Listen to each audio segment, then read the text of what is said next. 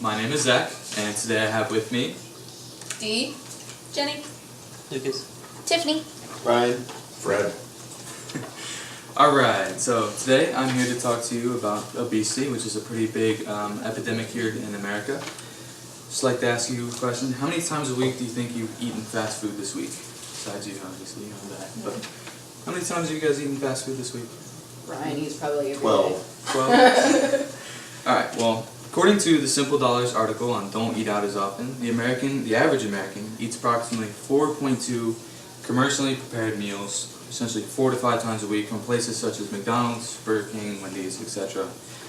And that's a pretty big number, considering that means you're not eating home, you're not eating freshly prepared meals, you're eating meals that don't really have very good nutritional qualities to them.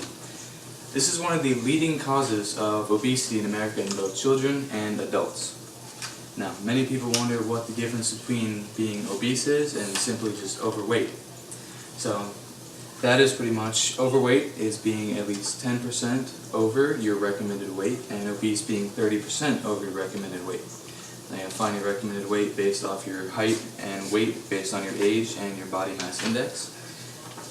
So, and then the main contributor of weight gain leading to obesity are consuming more calories than your body needs, especially foods high in fats and calories, and by not having a very active lifestyle, pretty much a sedentary lifestyle with little to no activity at all.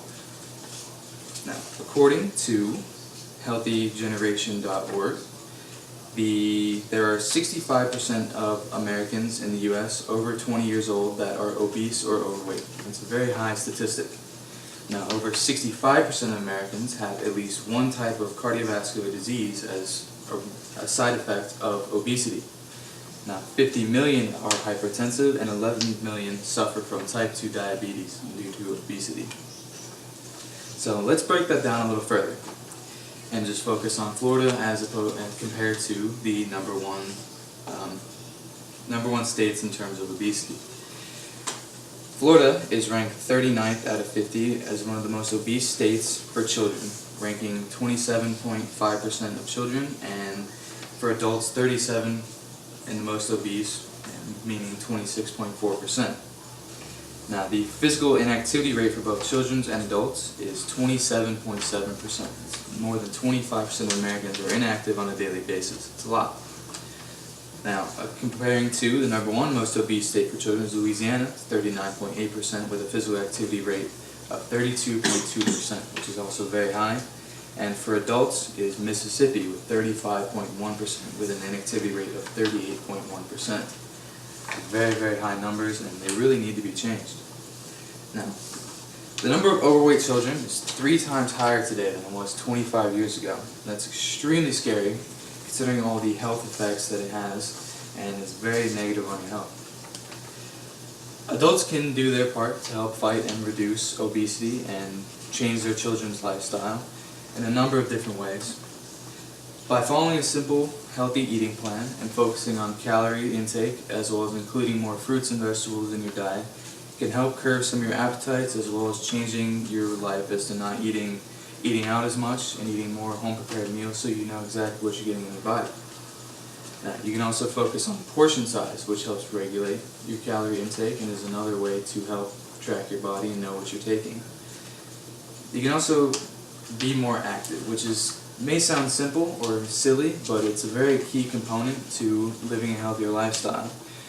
On average, adults and children need a minimum of 60 minutes of physical activity a day to maintain a healthier lifestyle and to also help get rid of all the unnecessary calories and burn off all the fats that you take in on a daily basis. So for adults, a regular workout regimen is a good way to help be active and stay in shape, but instead of just doing lifting weights or just, doing simple exercises, you're best to include cardio. And including cardio, you don't have to just do running or sprinting. You can also just do high-intensity workouts such as jumping jacks or burpees, just to get your heart rate up, get it going, and that's how you can jumpstart your metabolism and help fight obesity and other such things as heart disease. Now, for children, recess and gym classes are an excellent way for children to get the necessary 60 minutes of physical activity that they need. Now, I think gym classes are especially useful because the kids can be monitored and be coached in the right ways and the wrong ways of doing physical activities so that they don't get hurt. It's very important that they don't get hurt. And another organization that has also been a big part of physical activity needs for children has been the NFL. They actually have their own program called Play 60, which helps the kids that don't have any opportunity to help get them these 60 minutes of physical activity they need in a day to help fight obesity and keep down and reduce the risk of all those other side effects of heart disease and diabetes. Now, all in all, change is necessary to help create better lifestyles for adults and children alike, in addition to help fighting the obesity epidemic that is plaguing America. And that's it. You can do a speech.